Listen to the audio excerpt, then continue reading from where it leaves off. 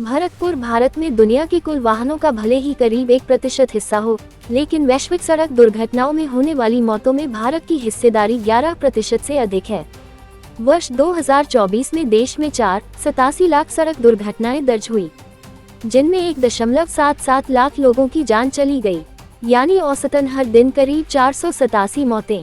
सड़क दुर्घटनाएं 15 से 45 वर्ष के उत्पादक आयु वर्ग में मृत्यु का एक बड़ा कारण है और इनके चलते देश की अर्थव्यवस्था को प्रतिवर्ष जीडीपी का करीब 4-5% तक नुकसान उठाना पड़ता है। सड़कों पर होने वाली इन दुर्घटनाओं को रोकने और भारी वाहन चालकों को अधिक दक्ष एवं जिम्मेदार बनाने के उद्देश्य से राजस्थान के NH48 स्थित सिंगावल, अजमेर में स्थापित देश के पहले अंतर्राष्ट्रीय मान्यता प्राप्त regional driving training centre RDTC ने सड़क सुरक्षा के क्षेत्र में एक नई मिसाल कायम की है। भारत सरकार, राजस्थान सरकार एवं राजस्थान सड़क सुरक्षा सोसाइटी के PPP मॉडल के तहत संचालित ये केंद्र प्रदेश के अलग अलग जिलों में उप केंद्रों के माध्यम से अपनी पहुंच बढ़ा रहा है। सड़क दुर्घटनाओं में करीब 87% मामलों में चालक की लापरवाही को प्रमुख कारण माना जाता है। इसी को ध्यान में रखते हुए चालकों के व्यवहार, कौशल और सड़क सुरक्षा संबंधी समझ में बदलाव लाने पर विशेष जोर दिया जा रहा है। करीब 18 करोड़ रुपए की DLC लागत से 4.17 एकड़ भूमि पर स्थापित RDTC सिंगावल इस दिशा में लगातार काम कर रहा है। केंद्र की निदेशक एवं सोसाइटी की पूर्व अध्यक्ष ऋतु चौहान स्वयं स्वैच्छिक सेवा के रूप में इस अभियान को आगे बढ़ा रही हैं। वर्ष 2002 में रोडवेज बस चालक की गलती से हुई सड़क दुर्घटना में अपने इकलौते भाई को खोने के बाद उन्होंने सड़क सुरक्षा को अपने जीवन का मिशन बना लिया। भरतपुर में भी शुरू हुआ प्रशिक्षण। अजमेर, सीकर, जयपुर, उदयपुर, बलोत्रा, जोधपुर और चूरू के बाद अब भरतपुर में भी RDTC का उपकेंद्र शुरू हो गया है, जहां प्रतिदिन 27 भारी वाहन चालकों को निःशुल्क प्रशिक्षण दिया जा रहा है। RDTC सिंगावल की संचालन एवं प्रबंधन संस्था वाहन चालक कौशल विकास संस्थान सिंगावल, जिसमें भारत सरकार, राजस्थान सरकार एवं सोसाइटी के प्रतिनिधि शामिल हैं, ने श्री राम सेवा संकल्प एवं DB स्किल के सहयोग से पिछले 2 वर्षों एवं 4 माह में करीब 27,000 भारी वाहन चालकों को प्रशिक्षित किया है। वित्तीय वर्ष 2024 से 2025 में national skill qualification framework NSQF level 4 के तहत संचालित यह विशेष ड्राइवर रिफ्रेशर प्रशिक्षण कार्यक्रम एक और सड़क सुरक्षा को मजबूत कर रहा है, वहीं दूसरी ओर चालकों के लिए रोजगार के नए अवसर भी खोल रहा है। प्रशिक्षण के लिए ऐसे कराएं पंजीकरण। भरतपुर केंद्र में प्रशिक्षण लेने के इच्छुक चालक अपने वैध ड्राइविंग लाइसेंस एवं आधार कार्ड के साथ पंजीकरण करवा सकते हैं। प्रीमियर रजिस्ट्रेशन के लिए प्रभारी पुष्पेंद्र सिंह गदासिया 7568673970 से संपर्क किया जा सकता है। प्रशिक्षण पूर्ण करने वाले चालकों को भारत सरकार के कौशल विकास मंत्रालय, राष्ट्रीय कौशल विकास निगम NSDC एवं logistics sector skill council LSC द्वारा मान्यता प्राप्त national skill qualification framework NSQF level 4 का प्रमाण पत्र प्रदान किया जा रहा है। ये प्रमाण पत्र ड्राइविंग क्षेत्र में कक्षा 12वीं की योग्यता के समकक्ष मान्यता से जुड़ा है और प्रशिक्षित चालकों के लिए देश विदेश में रोजगार के अवसर बढ़ाने में सहायक है। ये प्रमाण पत्र 90 अन्य देशों में भी मान्य है। नियमों के चलते प्रशिक्षण का बड़ा महत्व। भारी वाहन चालकों के लिए रिफ्रेशर ट्रेनिंग को अनिवार्य किए जाने के कारण इस प्रशिक्षण कार्यक्रम की उपयोगिता और बढ़ गई है। सुप्रीम कोर्ट के 16 दिसंबर 1997 के आदेश के बाद भारी वाहन ड्राइविंग लाइसेंस के नवीनीकरण में रिफ्रेशर प्रशिक्षण की आवश्यकता पर जोर दिया गया।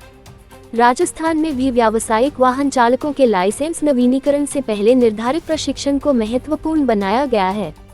12 जून 2026 को उप मुख्यमंत्री एवं परिवहन मंत्री की अध्यक्षता में आयोजित स्टेट रोड सेफ्टी काउंसिल की बैठक में भी लाइसेंस नवीनीकरण से पहले रिफ्रेशर ट्रेनिंग को अनिवार्य करने संबंधी निर्णय लिया गया। परिवहन विभाग की अधिसूचना के तहत राजस्थान मोटर व्हीकल रूल्स 1990 में नियम 2.18 जोड़े जाने के बाद अधिकृत संस्थान से निर्धारित रिफ्रेशर ट्रेनिंग पूरा करना व्यावसायिक वाहन चालकों के लिए बेहद महत्वपूर्ण हो गया है। 90 देशों में रोजगार की राह। इस प्रशिक्षण की सबसे बड़ी विशेषता इसका अंतर्राष्ट्रीय महत्व है। सिंगावल और इसके उप केंद्रों से प्रशिक्षण प्राप्त करने वाले चालकों को कमर्शियल व्हीकल ड्राइवर लेवल 4 का प्रमाण पत्र दिया जाता है।